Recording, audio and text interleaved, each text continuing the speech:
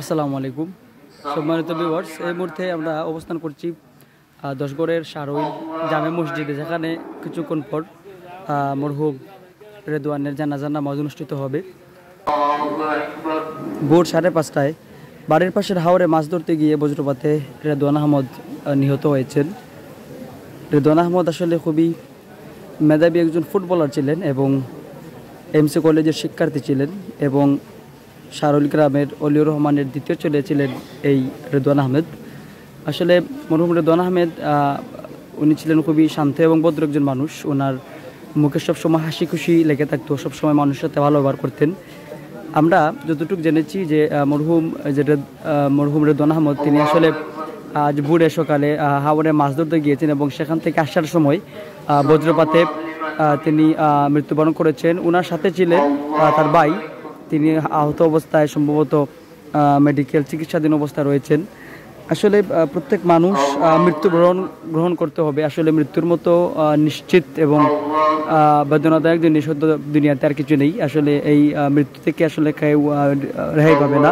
কুল্লু নাফসিন যায়কাতুল মাউত। আর যেখানে হয়তো এই রেদওয়ান হয়তো প্রচুর মানুষের জানাজার নামাজ সে নিজে পড়েছে, আজ হয়তো এখানে শত শত মানুষ তার জানাজার নামাজ পড়বে।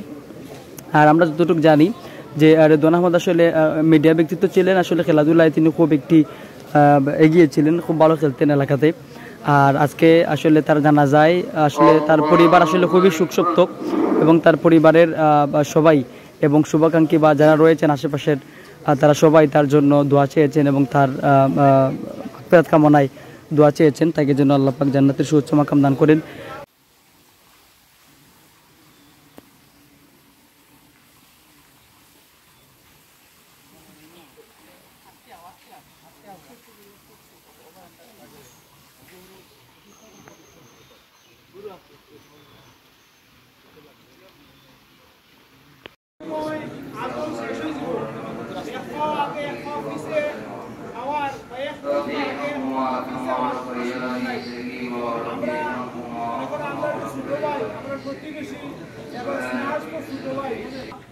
হঠাৎ করে এই যে বয়স তার 19 বছর পুরো হয়েছে, এখন 19 বছর রানিং চলে। আমরা আল্লাহ দরবারও এবং এই ধরনের দুর্ঘটনা বর্তমানে মারা যায় একটা